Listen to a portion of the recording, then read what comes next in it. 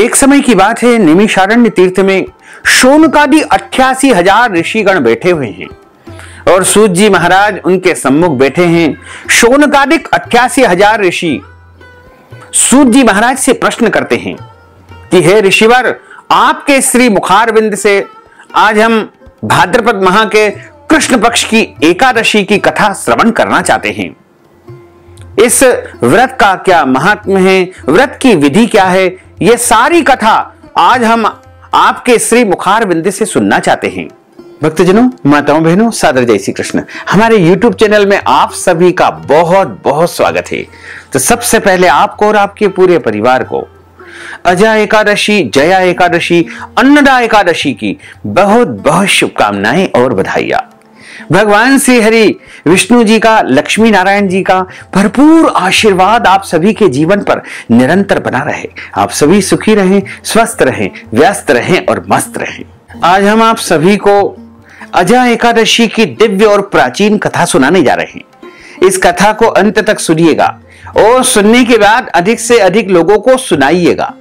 सुनाइएगा का मतलब है कि इस वीडियो को शेयर कर दीजिएगा ताकि अधिक से अधिक सनातन धर्म के सभी भक्तजन और अन्य सभी भक्तजन इस कथा को श्रवण करके महान पुण्य फल को प्राप्त कर सके। अब हम आप सभी को अजय एकादशी, जया एकादशी की दिव्य और ज्ञानमयी कथा सुनाने जा रहे हैं। बोलिए श्री लक्ष्मी नारायण भगवान की जय, श्री वृंदावन बिहारी लाल की जय। गुरुर् ब्रह्मा गुरुर्विष्णु गुरुर्देवो महेश्वरा, गुरुः साक्षात् परब्रह्म तस्मै श्री गुरुवे नमः। श्री अखंड मंडलाकारं व्याप्तं येन चराचरं तत्पदं दर्शितं येन तस्मै श्री गुरुवे नमः। कृष्णाय वासुदेवाय हरये परमात्मने प्रणतः क्लेशनाशाय गोविंदाय नमो नमः। वरः पीडं नटवरवपुः कर्णयोः कर्णिकारं बिभ्रद्वास कनककपीशं वैजयन्तीं च मालां रन्ध्रान् वेणोर्धरसुधया पूरयन् गोपवृन्दैः वृन्दारण्यं स्वपदरमणं प्राविशत गीतकीर्तिः। सच्चिदानंद रूपाय विश्वोत्पत्त्यादि हेतवे तापत्रय विनाशाय श्री कृष्णाय वयं नुमः। यं प्रव्रजन्तमनुपेतमपेत कृत्यं द्वैपायनो विरह कातर आजुहाव पुत्रेति तन्मयतया तर्वोभिने दुस्तं सर्वभूत हृदयं मुनिमानतोऽस्मि। कस्तूरीतिलकं ललाटपटले वक्षस्थले कौस्तुभं नासाग्रे वरमोक्तिकंकरतले वेणुः करे कंकणं। सर्वांगे हरिचंदनं सुललितं कंठे च मुक्तावलिं गोपस्त्री परिवेष्टितो विजयते गोपाल चूड़ामणिं। फुल्लेन्दीवर कांतिमिन्दुवदनं वरहावतं सप्रियं श्रीवत्सांकमुदार कौस्तुभधरं पीतांबरं सुंदरं। गोपीनां नयनोत्पलार्चिततनुं गोप संघावृतं गोविंदं कलवेणुवादन परम दिव्यांगभूषणं भजे, दिव्यांगभूषणं भजे। जय जय श्री राधा रमण, जय जय नवल किशोर, जय गोपी चित चोर प्रभु, जय जय माखन चोर। मात मेरी श्री राधिका, पिता मेरे घनश्याम, इन दोनों के चरणन में मेरा बारंबार प्रणाम, मेरा बारंबार प्रणाम, मेरा बारंबार प्रणाम। मोहिनी मूरत श्याम की वो मन रही समाय, जो मेहंदी के पात में लाली रही समाय। धन यौवन एक दिन उड़ जाएंगे जैसे उड़े कपूर, मन मूरख तू राम भज क्यों चाटे जगधूर। राम कृष्ण दो एक है अंतर नहीं निमेश, इनके नयन गंभीर है उनके चपल विशेष। राधे तू बड़ भागिनी कौन तपस्या कीन, तीन लोक तारण प्रभु सो तेरे अधीन। बोलिए श्री वृंदावन बिहारी लाल की जय, श्री लक्ष्मी नारायण भगवान की जय, गोपाल कृष्ण भगवान की जय, श्री द्वारकाधीश भगवान की जय, श्री वृंदावन बिहारी लाल की जय, श्री गिरिराधरण की जय, श्री गोवर्धन नाथ भगवान की जय, श्री बाल कृष्ण लाल की जय, श्री श्याम सुंदर यमुने महारानी की जय, जगत गुरु श्री वल्लभाधीश की जय, श्री गुसाई जी परम दयाल की जय, श्री गुरुदेव की जय, आज के आनंद की जय। एक समय की बात है, निमिषारण्य तीर्थ में शौनकादि 88,000 ऋषिगण बैठे हुए हैं और सूत जी महाराज उनके सम्मुख बैठे हैं। शौनकादिक 88,000 ऋषि सूत जी महाराज से प्रश्न करते हैं कि हे ऋषिवर, आपके श्री मुखारविंद से आज हम भाद्रपद माह के कृष्ण पक्ष की एकादशी की कथा श्रवण करना चाहते हैं। इस व्रत का क्या महात्म्य है, व्रत की विधि क्या है, यह सारी कथा आज हम आपके श्री मुखारविंद से सुनना चाहते हैं। सूत जी महाराज कहते हैं कि एक समय की बात है, कुंती पुत्र अर्जुन ने यही प्रश्न प्रभु श्री कृष्ण को प्रणाम करके पूछा था। अर्जुन ने कहा था कि हे भगवान, भाद्रपद माह के कृष्ण पक्ष की एकादशी का क्या नाम है और इस व्रत को करने की विधि क्या है तथा इसका महात्म्य क्या है, कृपा करके मुझे आप सुनाइए। भगवान श्री कृष्ण मधुसूदन कहने लगे कि इस एकादशी का नाम अजा एकादशी है। इसे जया एकादशी भी कहा जाता है तथा अन्नदा एकादशी भी इसे कहा गया है। यह एकादशी सब पापों को नाश करने वाली एकादशी बताई गई है। जो मनुष्य इस दिन भगवान श्री ऋषिकेश का पूजन करता है उसको वैकुंठ की प्राप्ति अवश्य ही होती है।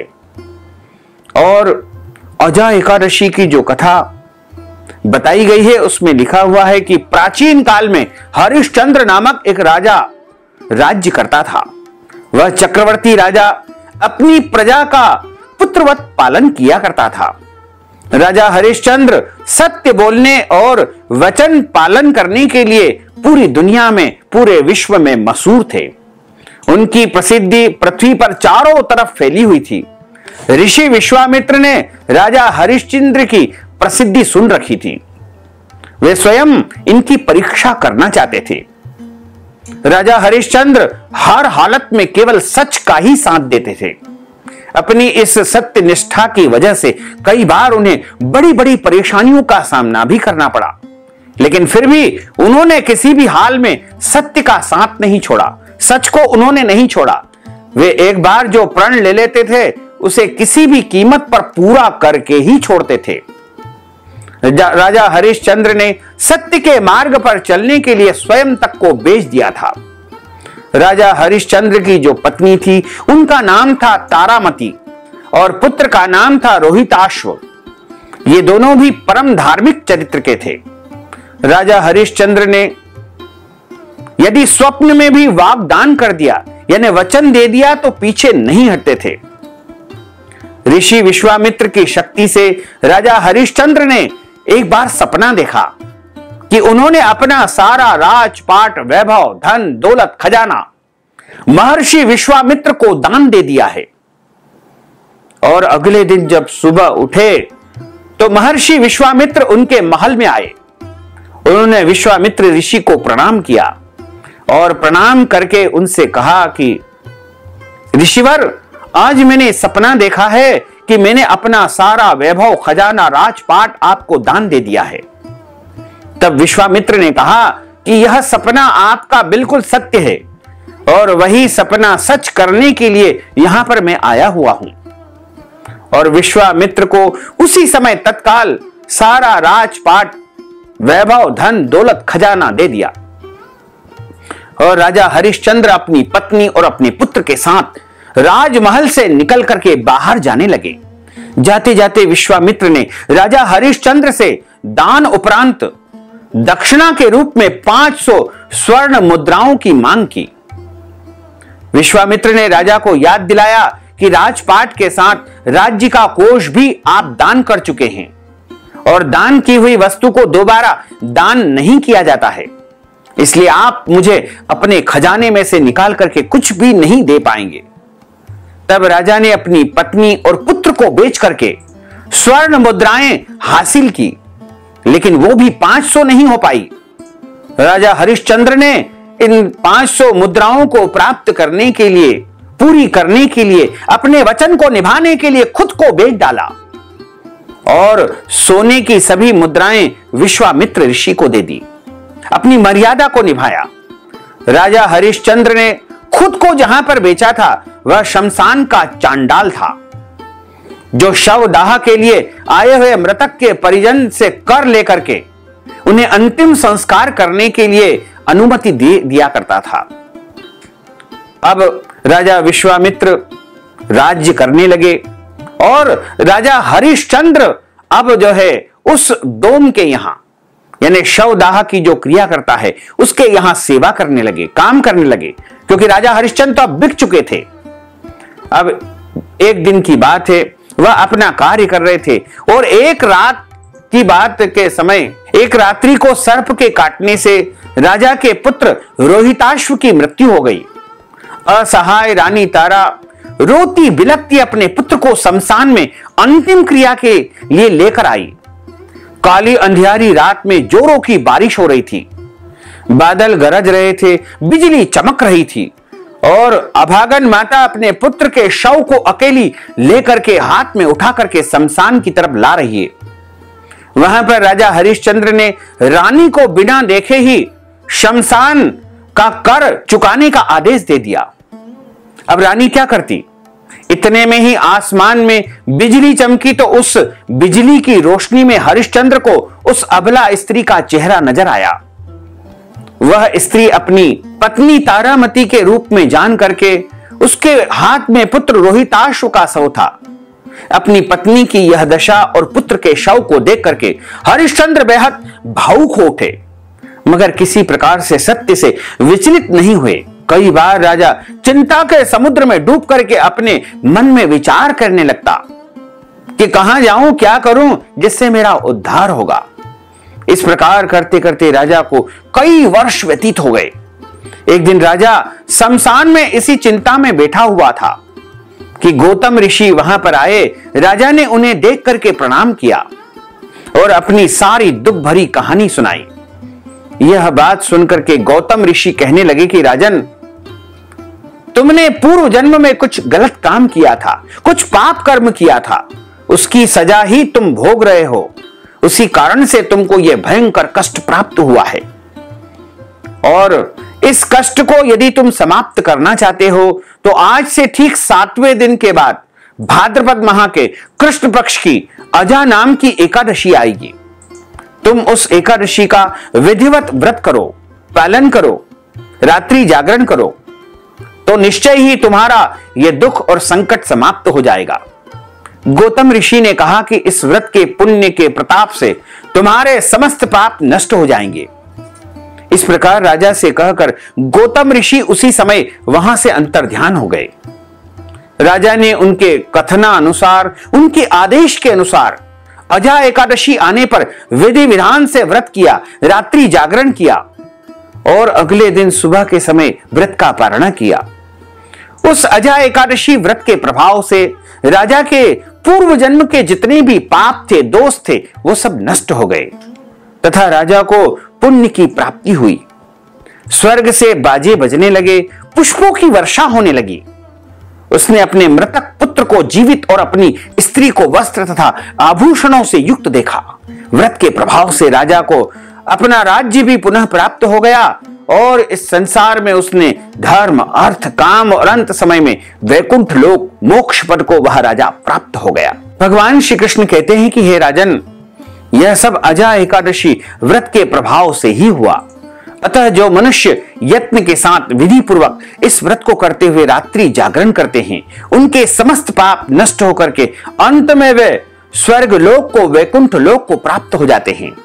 इस एकादशी की कथा के सुनने मात्र से या सुनाने से, सुनने का अर्थ होता है आप स्वयं सुनो, सुनाने का मतलब होता है इस कथा को अधिक से अधिक लोगों तक, भक्त जनों तक पहुंचाओ। इससे आपको अश्वमेध यज्ञ का फल प्राप्त होगा।